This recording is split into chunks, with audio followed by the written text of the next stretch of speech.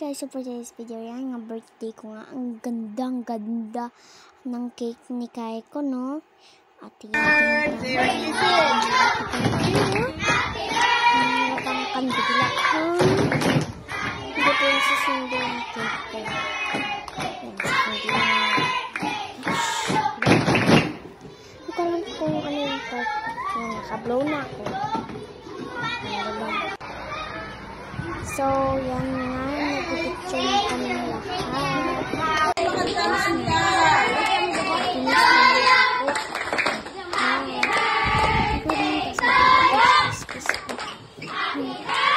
Nagpiplow candle. Tapos yung blow candle.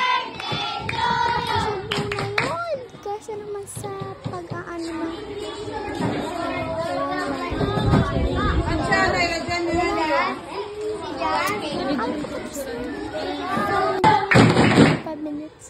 So, yun naman pag-blow ng candle for me.